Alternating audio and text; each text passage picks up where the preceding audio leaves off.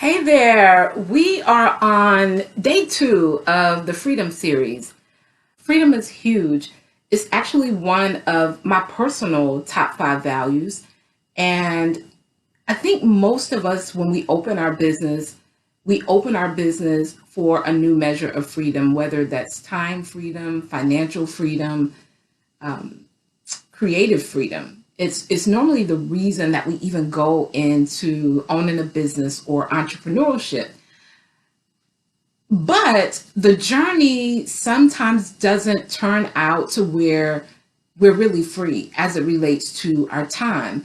And there are many entrepreneurs who share that they have a lot of time freedom. But what I often see is that they have time to do the things that they desire sometimes, but then it's as soon as they finish doing that thing or buying that thing, they're scurrying back to the grind. And I want to talk about it for those of you who may feel discouraged because you don't actually have the time freedom that you thought you would have. And maybe you've given up on, the whole time freedom thing and you've accepted your business as just a new job that you've created for yourself. I really want to talk about that on today. I want to mention some things for you to consider or reconsider as you're building your business. A lot of the activity that goes on in your day to day practices in your business is what dictates how you get to live your life. And that is accompanied by the systems that you have in your business. So I talk about systems all the time. I'll use it as an acronym as we're talking today: save yourself time, energy, and money. So I want you to think about that every time you think about systems. Every time you think, I don't have time to put systems in place or even find out what systems are as it relates to the work that I do and how I service people in the world. Every time you think that you don't have time, I want you to remember that the systems that you have in your business dictate how you get to live your life. And so when we're building our business, especially when we start out in the seed stage or the discovery stage of our business, we're normally all over the place. We are doing all the things. We need something we can play with now, right? A client, a customer, somebody buys something. And that space and time is not out of the ordinary for a new business, especially if you haven't had help or, taken a coaching program or had a mentor or someone to guide you. But even with that, it's so easy to fall back into the worker bee, busy bee mode and forget that you open your business so that you could have new freedoms in your life. Specifically, today we're talking about time freedom. Now, freedom overall is one of my top five values, but time freedom, if there's an umbrella of freedom, time freedom is super important to me.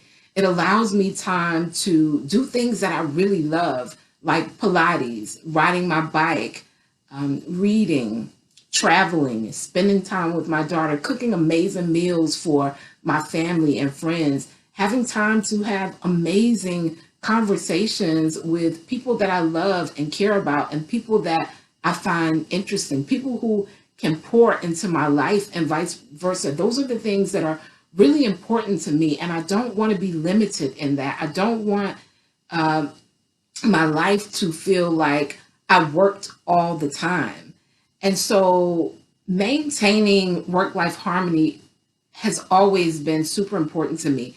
And as I evolve, I'm able to enjoy that on a completely different level from how I was before. So I owned a brick and mortar service-based business before, and I hired employees in order to allow myself more time freedom. And those things were working, but there was just a new level that I really wanted to step into. It's actually how I began coaching and consulting because I wanted to be home. I wanted to be able to run my business from the comfort of my home. Now, everyone's idea of what they do with their time freedom is completely different, but I do believe that as a collective, we've been taught that we've got to work really, really hard in order for things to happen, in order for success to manifest in our life and our business.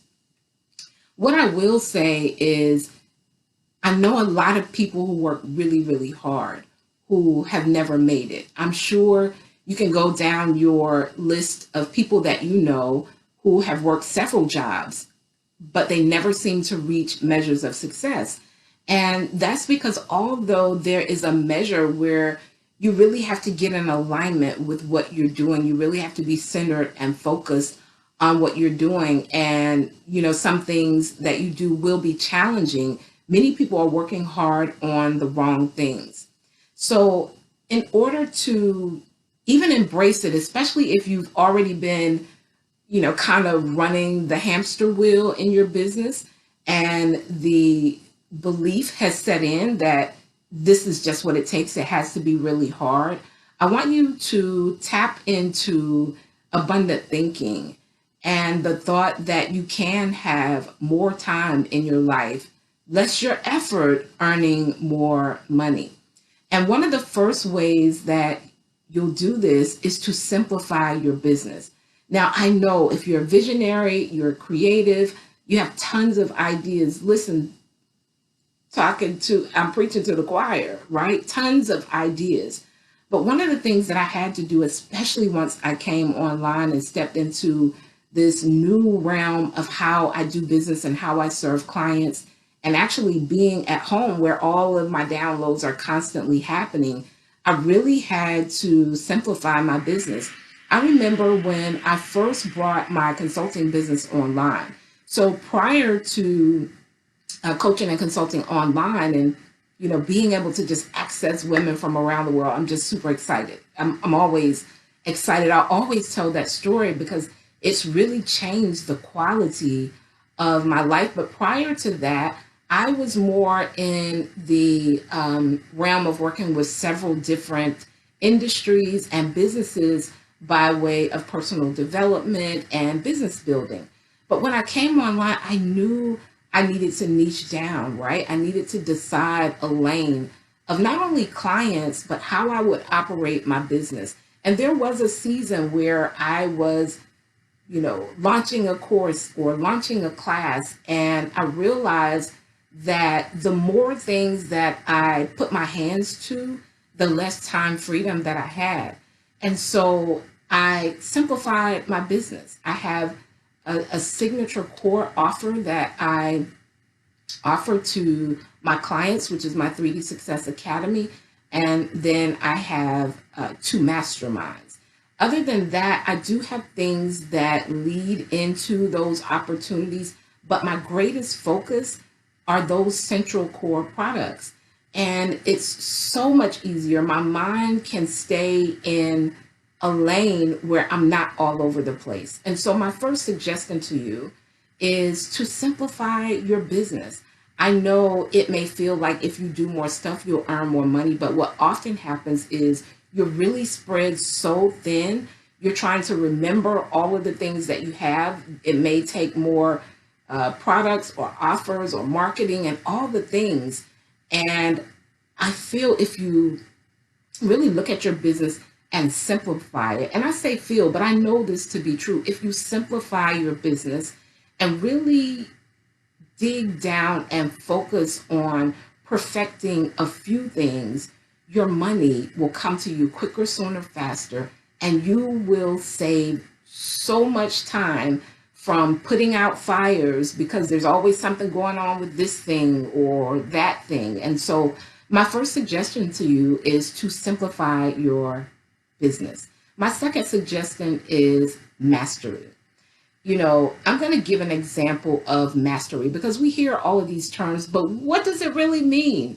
So if you were, for instance, a photographer, mastery would mean that maybe you spend time learning about lighting and soft lighting and all the different lights that it would take to perfect the pictures that you're taking of people, that so that your images are coming out more high quality. You are attracting a different type of customer, a different type of audience who is willing to pay you more for your services. And a lot of times we skip mastery. Many of us are gifted, or we stepped into business because it was something that we enjoyed doing. Even with life coaches, it was, something we may have felt passionate about. But I always suggest that you go in a space of mastery, because your perceived value in the marketplace changes according to your level of expertise and your level of mastery and what you've actually done, not information that you're just regurgitating to people, but because it is actually something that you have achieved. And then you continue to develop and master it. And it may feel like I'm going to run out of content, I'm going to run out of what to teach, but there's so many levels to everything. My second suggestion, if you're looking for a measure of time freedom where you aren't putting out all these fires and chasing the bag because you have so many pots on the stove. I don't know how many of you cook, but I do. And whenever I have a lot of things on the stove, I got to be like standing right there at the stove. I can barely move because it's time to stir something else or add another thing. Just too many pots on the stove. This is much of the way that you will run your business if you don't simplify it. I have a client who 3 to 5x, and gosh, that was a piece of lint, and it looked so large in front of the camera. Did you guys catch that? Anyway, I have a client in particular who's coming to mind for me because she spent about 8 or 9 months just really running the play, right? Which was for her to simplify her business, and she tripled her income, right? She not only tripled her income because this is a thing that she was doing consistently for a season, she stepped into a level of mastery. So number one, simplify your business. Number two, step into and get in alignment with a space of mastery with those things that you've simplified your business into. And lastly, systems. Systems in your business. Even if you're a coach, a framework is a system that you use to walk your customers through. There are many coaches who are just kind of randomly coaching, no rhyme and no reason. And I understand that every person that comes to you is going to be unique. But if you have systems and a foundation and processes that you flow through, it makes things so much more simple. And also, you get back your time. So when you think about freedom, specifically time freedom for this one, is it really abundant to be all over the place? Is that abundance? I know it feels like if I offer more stuff, it could seem like that's abundance, but in actuality, it has you operating from a space of lack because you're continuously doing so many different things because your energy, from a cellular level, is saying, I need to do more. It's kind of from a space of desperation as opposed to a space of abundance. There are plenty of people who need what it is that you decide to perfect, that you decide to master.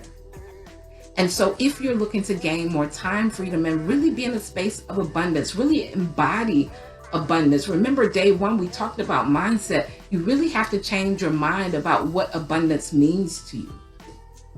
Give yourself permission for the time freedom that you really deserve and desire, whether you want to spend time with your children, you want to travel. I don't know what your thing is that you want to do. If it's self-care that you feel has been left on the back burner because you don't have time, I want to challenge you to look at your business differently in this season. I want you to look at it from a space of abundance and know that time freedom is available to you. It just means you got to simplify what you're doing, step into a space of mastery, and put some real systems in your business. That's my take. I will see you guys on day 3 of the Freedom Series.